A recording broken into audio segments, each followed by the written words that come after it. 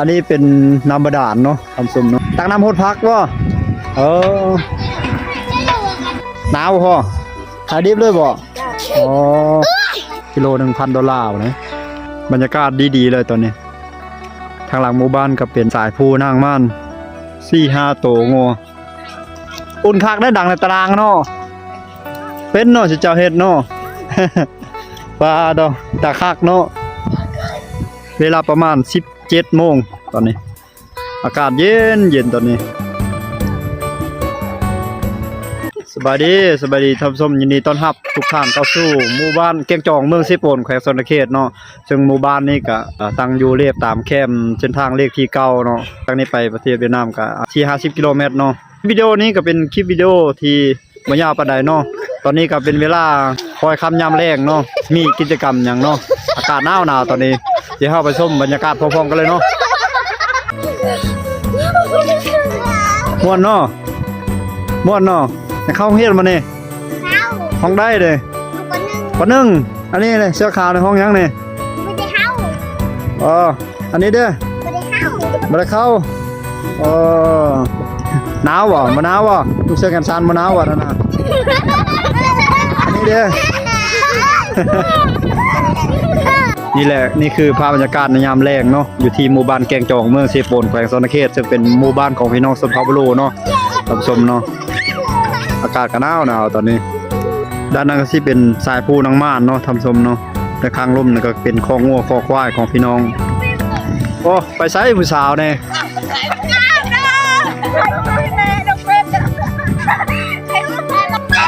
ข้างรถตัวเนาะโอ้โธ่โอเคท่านผู้ชมนี่ก็เห็นภาพน้องๆเพิ่นกำลังใบแขมอยู่เนาะตอนนี้โอ้ได้หลายเนาะไกด์บอกไปหาแคมนี่นั่งปลาทำสมสวนผักเพิ่นเนาะเพิ่นปลูกมังผักทองเต็มอยู่ในอันนี้ก็เป็นเส้นทางขึ้นไปถึงเนาะ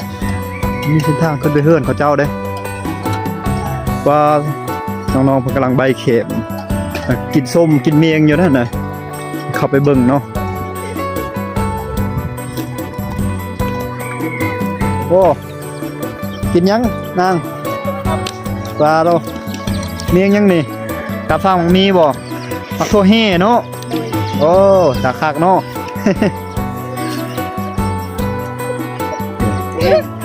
แขมมันก็ได้ลายเติบได้แขมเพิ่นนะใส่อารมณ์เลยใส่กระหยังกระต้าเลยนะไปเอาอยู่ป้าแล้วก็ออกมาทำส้มไหมนี่ทำส้มทำเลหมู่บ้านเนาะ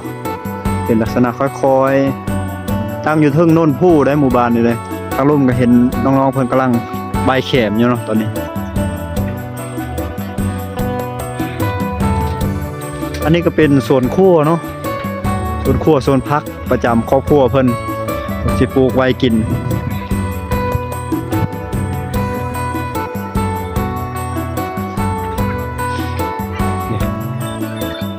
เป็นบอกใบแคมผู้เดียวแล้วนั่งเนาะตากแห้งหลายแล้วบ่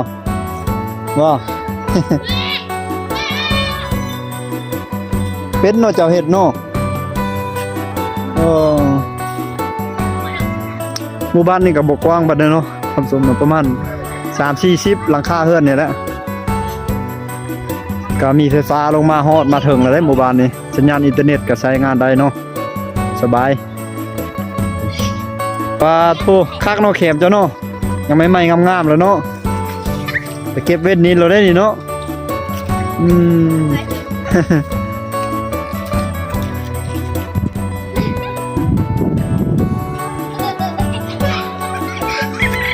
ขามวนน้ำเจ้าเนาะ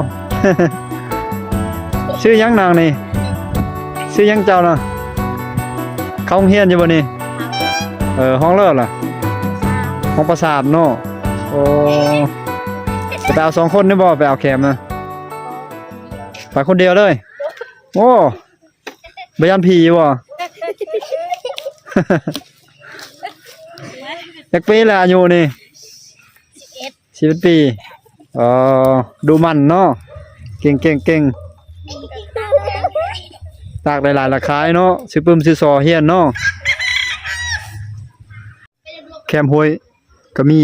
สวนพักเลยทำสมเลยเพิ่นปลูกผักกาดแล้วก็อยู่ฝั่งห้วยพนังก็มีเฮือนเขาเจ้าอยู่มีเฮือนคนอยู่เลยอยู่ทางลมนั่นก็เขาอาบน้ำอาบในเนาะภาพบรรยากาศพี่น้องประชาชนชาวบ้านเกงจอเพิ่นอาบน้ำอาบในเพิ่นอยู่ลมเห็นบ่ซักเครื่องซักของเป็นน้ำห้วยไหลลงมาแต่ถึงผู้พุ่นแหละอยู่ถึงเหนือพุ่นแหละทำสมเลยเป็นน้ำห้วยที่ไหลลงมาแต่ถึงพุ่นเลยเนาะด้านถึงพุ่นแหละตอนที่มาผ่านหมู่บ้านนี้ออกใส่แม่น้ำซีพุ่นแหละงัวเนาะอันนี้เป็นคอกงัวเพิ่นป้าโธ่วางข้างงัวเพิ่นประมาณ 7-8 โตวเลยทำสมัยอยู่เทิงนี่ภาพบรรยากาศภายในหมู่บ้านเนาะในยามแล้งอากาศเย็นๆหนาวๆแบบนี้ทางหลังหมู่บ้านก็เป็นสายภูนางม่านบรรยากาศดีๆเลยตอนนี้หนาวบ่ฮัมนางผีไฟจับจอกอยู่เดี๋ยวเฮาย่างลงไปเบิ่งท่าน้ำคุมเพิ่นเนาะท่าน้ำกับเข้มบ้านเนาะบ่ได้ไกลบ่ได้ครับชมเอ้ยน้ำใสคักเลยใสติ่งอยู่น้ำนี่เป็นน้ำห้วยน้อยๆเนาะไหลลงมาแต่เทิงภูพุ่นแหละอันนั้นก็เป็นสวนพักเนาะโอ้เพิ่นเฮ็ดขนาดคักเลยเฮ็ดขนาดลงมาในตะลิ่งเพื่อลงมาตักเอาน้ำหดพักตัวนี้เป็นกกขี้เหล็กเนาะครับชมเนาะใบอ่อนๆของมันสามารถเด็ดเอามาแล้วก็ต้ม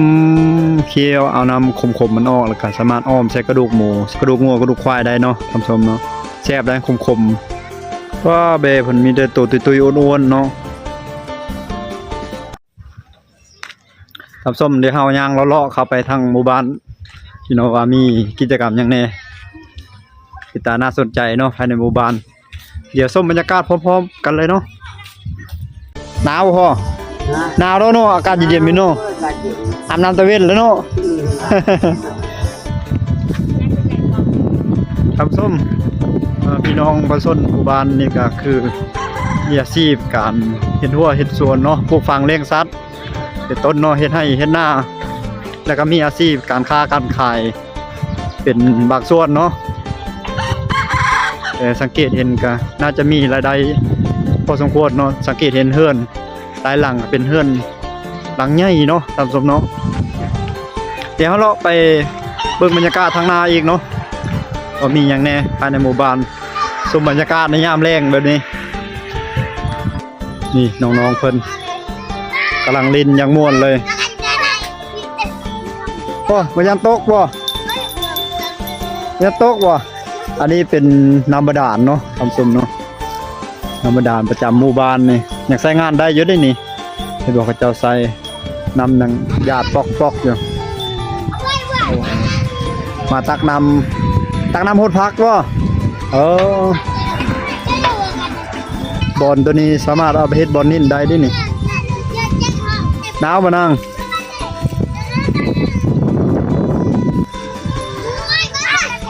ตอนนี้ตะเวนก็กำลังใกล้สิตกดินแล้วเนาะทำส้มเนาะแต่ก็ยังเห็นวิวธรรมชาติภายในหมู่บ้านสวยงามอยู่อันนี้คือบรรดาผู้เบาแนวพนกำลังมาได้ใส่เด้นี่มาตะเล่นบ่โอ้ด้านนั้นก็เป็นบรรยากาศอีกด้านหนึ่งเนาะโอ้กรมหุ่งสีเหลืองไปเบิ่งกรมหุ่งท่านผู้ชมเลยโธ่กรมหุ่งสีเหลืองใบมันเป็นสีเหลืองน้ำมากมันก็เป็นสีเหลืองท่านผู้ชมเลยเดี๋ยวไปเบิ่งเลย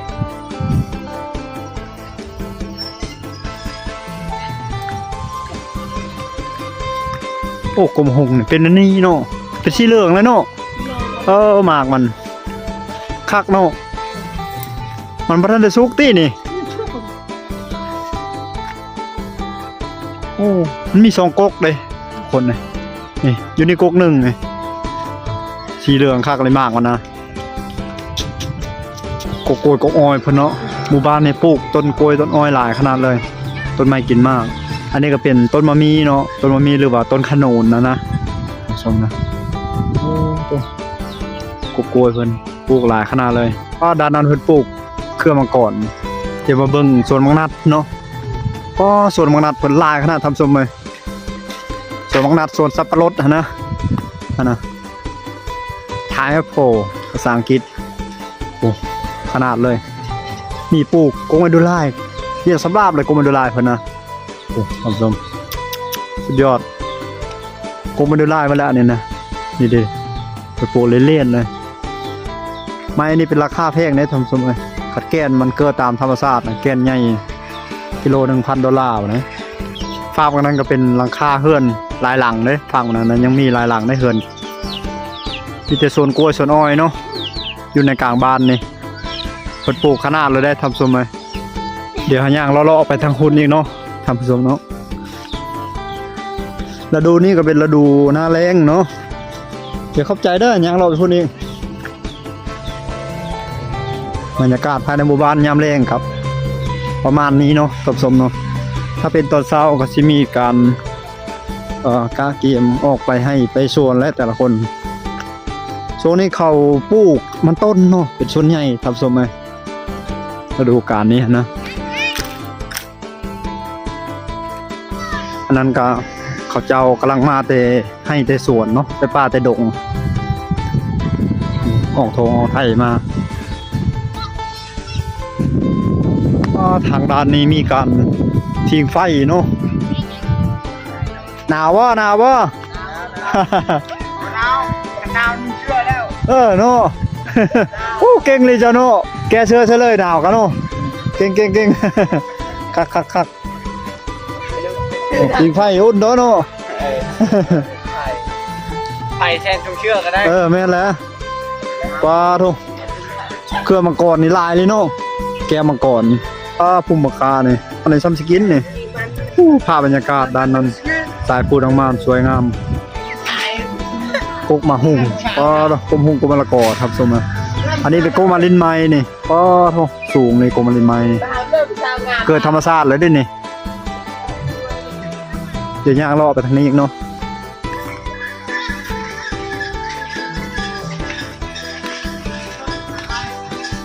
ตอนนี้ก็กำลังใกล้สิมืดแล้วทำสมัย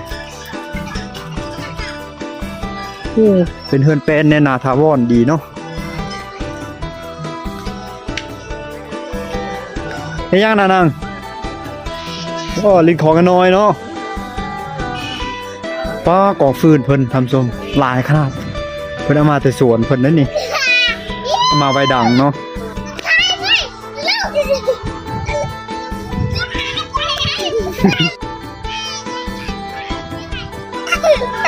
คักบ่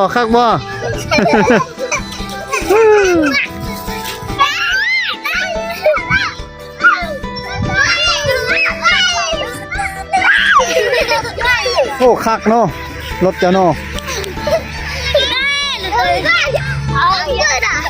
สบายดีเวลาเติบบ่มื้อนี้ในซัมนี่เนาะมื้อไปบ่มื้อลูกสาวว่าหาวะลูกสาวหาหั่นขายดิบเลยบ่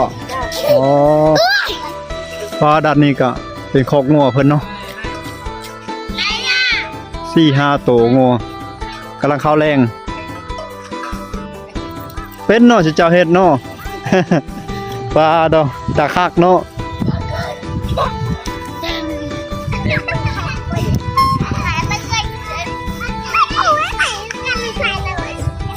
เอาไฟพิงบ่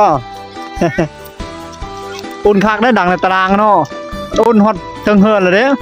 ว่าน้องๆเพิ่นเซลๆอยู่เนาะแลลิน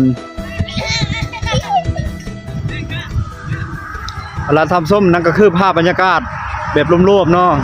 ในระยะเวลาประมาณ10 ปลายนาทีเนาะที่รัฐก็เดินทางมาเก็บเอาภาพบรรยากาศในยามแล้งอยู่ที่หมู่บ้านแกงจอกเมืองสิโปดแห่งนี้เนาะและสำหรับคลิปนี้ก็สิสิ้นสุดเพียงเท่านี้เนาะฝากทุกคนกดไลค์กดติดตามเนาะและอย่าลืมแสดงความคิดเห็นคลิปวิดีโอนี้ขอลาทุกคนไปก่อนเจอกันคลิปต่อไปเนาะสบายดี